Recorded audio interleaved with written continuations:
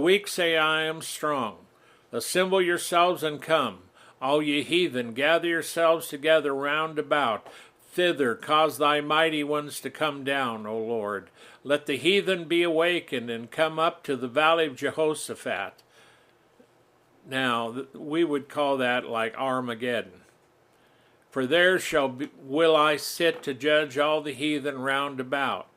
Put you in the sickle, for the harvest is ripe. Come, get you down, for the press is full, the fats overflow, and their wickedness is great. And that's when the judgment is to the full. And he likens it to having a crop of grapes that are full and ripe, and the press to press them out is full, everything is full, and it's starting to overflow, and you need to process that or you're going to lose the wine. Multitudes, multitudes in the valley of decision, for the day of the Lord is near in the valley of decision. Now see, by the time you get to that valley of decision, the decision has already been made. Because when you stand before the Lord, you're not going to appeal and be saved at that moment. It's too late. If you have not gotten your act together, repented, and got close to the Lord, He'll never know you. So these are things you have to understand. And these extra verses help emphasize where we're at in this when Isaiah is going through this. Isaiah 66:19. And I'll set a sign among them, and I'll send those that escape of them unto the nations, to Tarshish, Pul, and Lud, that draw the bow, to Tubal and Havan, to the isles afar off that have not heard my fame, neither have seen my glory, and they shall declare my glory among the Gentiles. Now see, that's already that's what we're doing right now,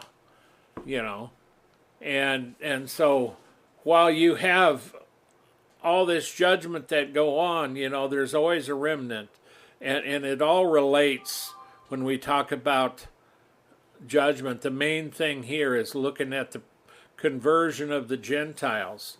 They're going to declare my glory among the Gentiles. That's the spreading of the gospel. And that's why we can read New Testament scriptures, because the gospel's gone forth. And the conversion of the Gentiles and the restoration of Israel, because Israel's going to be restored. In Isaiah 51:4-6, hearken unto me, my people, and give ear unto me, O my nation. For a law shall proceed from me, and I'll make my judgment to rest for a light of the people. My righteousness is near, my salvation is gone forth. My arms shall judge the people. The isles shall wait upon me, and on my arm shall they trust. Now his arm, the arm of the Lord, is Yeshua, who died upon the cross and overcame and is the Almighty in Revelation 1. That's who the arm of the Lord is today. Lift up your eyes to the heavens and look upon the earth beneath. For the heavens shall vanish away like smoke, the earth shall wax old like a garment, and they that dwell therein shall die in like manner. But my salvation shall be forever, and my righteousness shall not be abolished. Now see, right there, this is in Isaiah 51. Well, we're at the end of the book.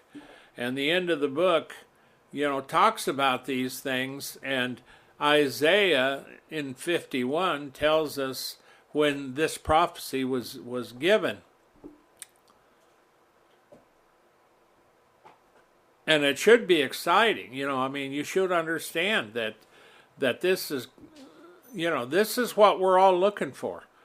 We want wickedness to end. We want this thing to be done, and we want to be right with God. We want to, we want a kingdom, wherein dwelleth righteousness. We don't want to dwell in these, in the way America is today. You'd be out of your mind if you wanted to dwell in this place, let alone in some of the other countries. So Isaiah is narrowing this thing down to the very end with some very important prophetic scriptures.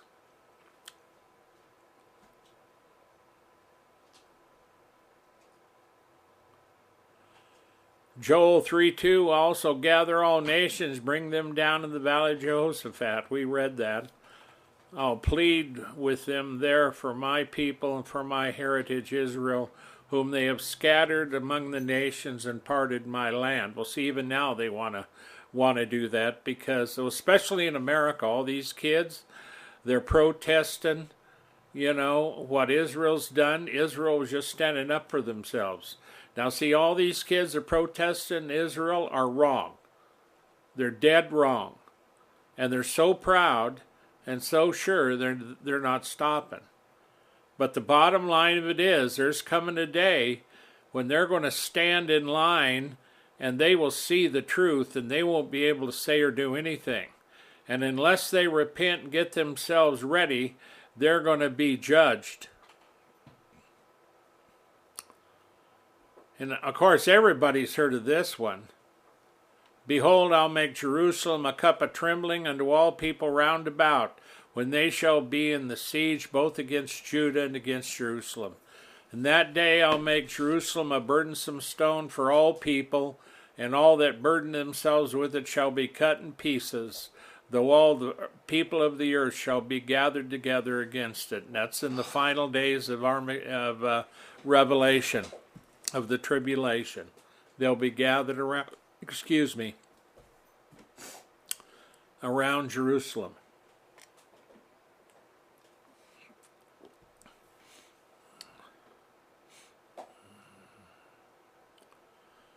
Isaiah 66:20. And they shall bring all your brethren for an offering unto the Lord out of all nations upon horses, and in chariots and litters, and upon mules, upon swift beasts, to my holy mountain Jerusalem, saith the Lord, as the children of Israel bring an offering in a clean vessel unto the house of the Lord.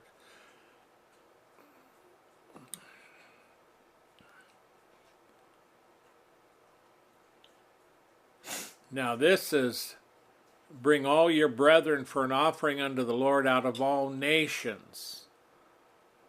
So the truth, and Albert Barnes talks about this, the truth shall be proclaimed in all lands, and a vast ascension shall be made from all parts of the world to the true church of God.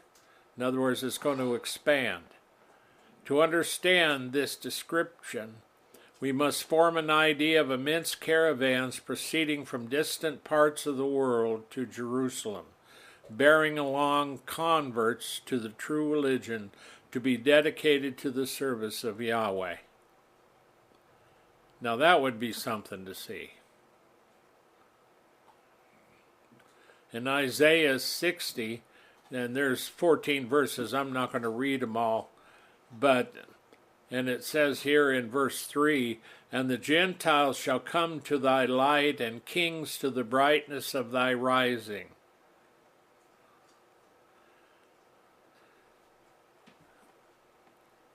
So as much as we find issues between the Jews and the Gentiles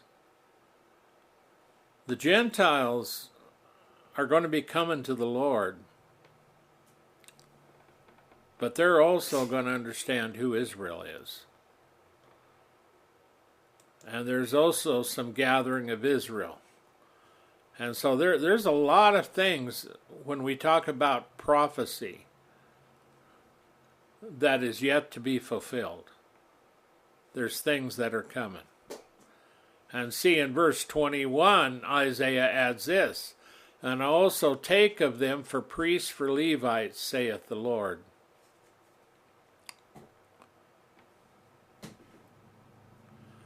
And Kyle and Delish said this, the election of Israel.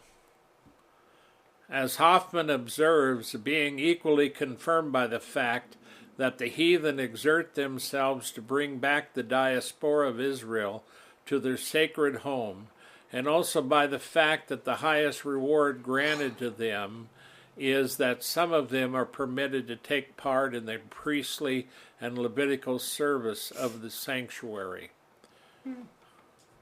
And of course, when we look at, even during the tribulation, when God gathers them, they're going to be gathered.